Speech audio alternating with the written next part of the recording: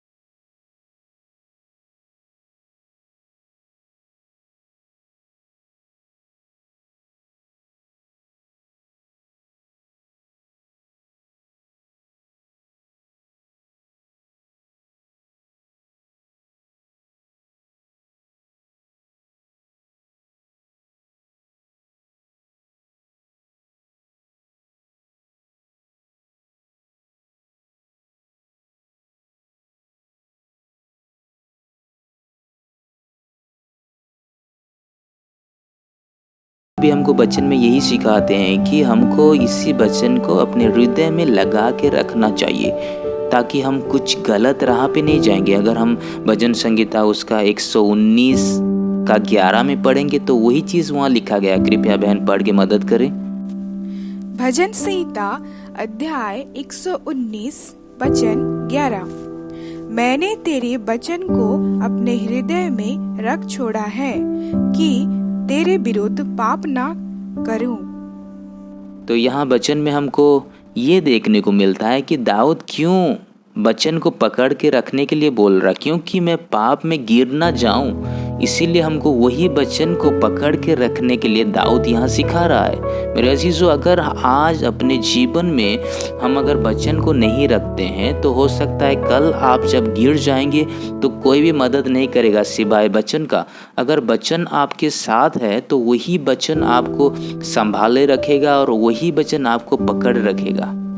मेरे प्रियो, मैं आपको ये बताना चाहता हूँ कि आज बहुत सारे लोग ऐसे हैं जो वचन के अकाल में आज जिंदगी काट रहे हैं, क्योंकि उनके जीवन में वचन ना होने के कारण वो लोग आज पाप में मौजूद हैं। आज वो लोग पाप में जा रहे हैं क्योंकि वचन उनके पास नहीं है। लेकिन बहुत सारे लोग हमको ऐसे भी सोसाइटी में, समाज में देखने को मिलता है कि उनके पास वचन होते हुए भी वो लोग क्या करते हैं ना, पाप में चले जाते हैं। तो इसका मतलब क्या है? क्योंकि वो लोग वचन को जानते हैं लेकिन उसको पालन नहीं करते। मेरे अजीजों, जब तक हम वचन को जानते हैं ठीक है, लेकिन जब तक हम उसको पालन नहीं करेंगे, उसको अपने जीवन में लागू नहीं करेंगे, तब तक वो किसी काम का नहीं है। क्योंकि वचन में यही हमको देखने को मिलता है कि विश्वासी जैसे प्रभु पे यकीन रखता है, विश्वास करता है, उस तरह शैतान भी प्रभु को यकीन करता है और विश्वास करता है। तो मेरे अजीजों, हमको यही जानना है कि वचन जानना ही जरूरी चीज़ नहीं है, वचन जान के पालन करना उसको यही बड़ी बात है। और अगर हमारे पास वचन है तो वही वचन को हम दूसरों को बांटना चाहिए, क्योंकि प्रभु हमको यही सिखाता है कि तुम दूसरों को प्यार बांटो, तुम्हारे पास जो वचन है और दूसरों को बताओ। दोस्तों, मैं आपका ध्यान यहाँ पे नियंत्रित करना चाहता हूँ, क्योंकि जब हम यही सारे ओवरकम से, सारे टेम्पटेशन से, सारे प्रलोभन से हम निकल के प्रभु की ओर आएंगे, तब तक शैतान क्या करेगा ना, एक माध्यम के तौर से हमको फिर से भरमाने की कोशिश करेगा। क्योंकि मनुष्य जो होता है वो बिना वचन का एक साधारण इंसान होता है, जो कि उसमें लड़ने का क्षमता नहीं होता। और जब हम वचन को लेके आगे बढ़ते हैं, तब हमको शैतान को डिफीट करने का, उसको कुचलने का सामर्थ हमारे अंदर आता है। मेरे अजीजों, मैं आपको एक चीज़ बोलना चाहता हूँ कि वचन ही ताकत होता है, और वचन अगर हमारे साथ है तो कोई हमारा कुछ नहीं बिगाड़ सकता। चाहे आंधी आए, चाहे तूफान आए, चाहे शैतान आए, कोई भी आए। मेरे अजीजों, शैतान जब भी हमारे पास आता है डराने के लिए, धमकाने के लिए, भरमाने के लिए, तो वो गरजने वाला सींग स्वरूप आता है, ना कि वो सींग होता है। क्योंकि शैतान कभी सींग नहीं हो पाता, क्योंकि वो खुद को प्रिटेंड करता है, खुद को दिखाता है कि मैं सींग की तरह चिल्ला सकता हूँ। और शैतान ये भी बोलता है कि मैं कब उसको चीर फाड़ खाऊंगा। मेरे अजीजों, आप अगर प्रभु का वचन रखते हैं, आप अगर प्रभु का वचन को जानते हैं, तो आप ही केवल वो गरजने वाला सींग को धमका सकते हैं, डरा सकते हैं, ना कि जिसके पास वचन ना हो वो कर सकता है। क्योंकि अगर हम वचन में देखें तो पहला पतरस उसका 5 भी आए तो उसका 8 भी वचन में यही लिखा गया है, जो शैतान होता है वो सींग स्वरूप होता है और वो चिल्लाता रहता है। मैं अनुरोध करूंगा बहन पढ़ के मदद करें। पहला पतरस अध्याय 5 वचन 8। सचेत हो और जागते रहो, क्योंकि तुम्हारा विरोधी शैतान गर्जने वाला सिंह के समान इस खोज में रहता है कि किसको फाड़ खाए। तो यहाँ हम देख सकते हैं शैतान किस तरह हमको डरा रहा है कि वो फाड़ खाएगा बोल के। लेकिन अजीजों, शैतान को पता ये नहीं होता कि हमारे अंदर कौन है और हमारे आगे, हमारे पीछे, हमारे बाजू में कौन है। जब तक उसको यही पता चलता है तो शैतान डर के मारे भाग सकता है। मैं आपको यही बताना चाहता हूँ, अगर हमारे पास वचन है, हमारे पास अगर सामर्थ है, हमारे पास अगर पवित्र आत्मा का वही ढाल है, तो कोई भी शैतान हमको छू नहीं सकेगा। तो मैं आपको यही बोलना चाहता हूँ कि वचन हमको क्या करेगा ना, सारे अधर्म से बचा के रखता है। वचन हमको सारे कुकर्म से बचा के रखता है। वचन हमको सारे ओवरकम से दिलासा दे सकता है। मेरे दोस्तों, मैं आपको ये बोलना चाहता हूँ कि शायद आपको पता नहीं है कि प्रभु जो हमारा राजा है वो हमको कितना ताकत दिया है। वो दुष्ट आत्मा से विजय पाने वाला ताकत और संयम हमको दिया है, क्योंकि हम हर वक्त प्रभु का संतान कहलाते हैं और उसी सारी बुराई आत्मा से हम जय पाए हैं। हम और बुराइयों की ओर नहीं जा सकते, क्योंकि प्रभु हमको उसी वचन से क्या किया है ना, शुद्ध किया है। और संसार के जितने भी चीज़ हम देखते हैं आज, सारे चीज़ों से प्रभु हमको महान और बड़ा किया है। इसके सिवा और कुछ हमारे सामने नहीं है, क्योंकि वचन हमको यही सिखाता है। अगर हम पहला यूहन्ना उसका 4 आयत उसका 4 में पढ़ेंगे तो वही चीज़ हमको देखने को मिला है कि प्रभु हमको कितना सामर्थ दिया है कि शैतान को हम हरा सकेंगे। मैं कृपया बहन को बोलूँगा, वो पढ़ के मदद करें। पहला यूहन्ना अध्याय 4 वचन 4।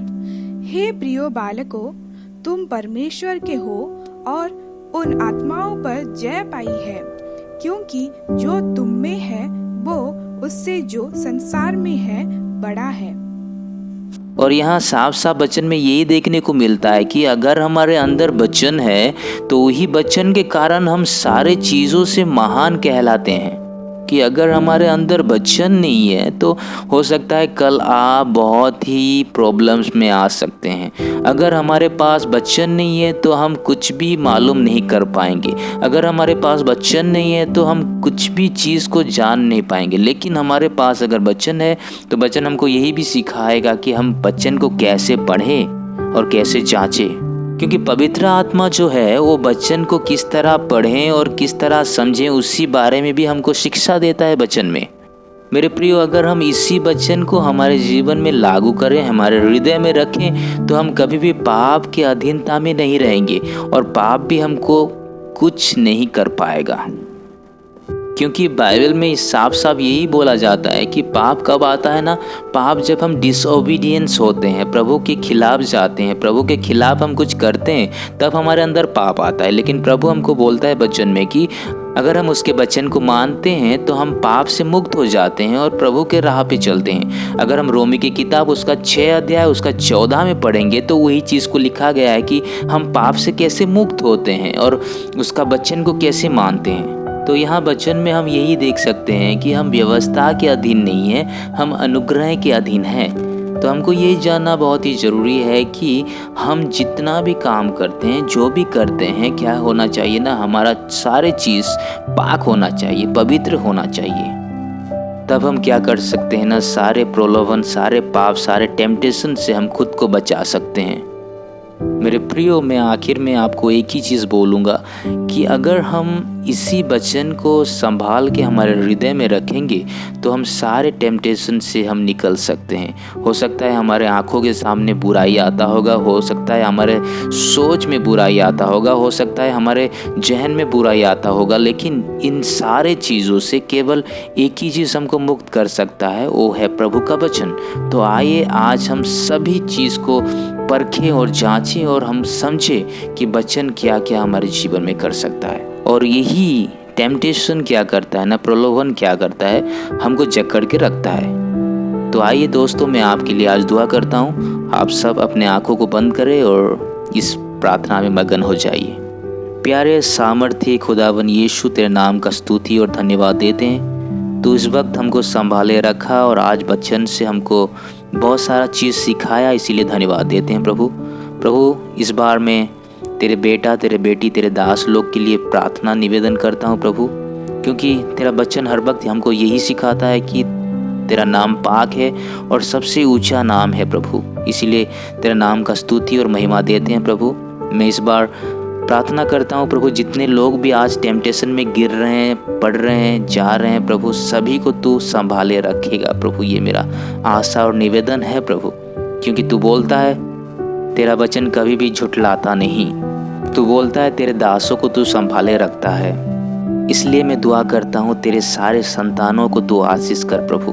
हो सकता है वो पाप में गिर रहे हैं, हो सकता है वो टेम्पटेशन में आ रहे हैं, लेकिन तू प्रभु उनको जानता है, उनके नामों को जानता है, उनको तू पुकारता है। इसलिए धन्यवाद देता हूँ प्रभु। उनको तेरे हाथों में सौंपता हूँ, तो उनको आशीष कर और बहुत आयत से तेरे राह पे चला। ये सारे निवेदन प्यारे यीशु मसीह के नाम से मांगता हूँ, आमीन।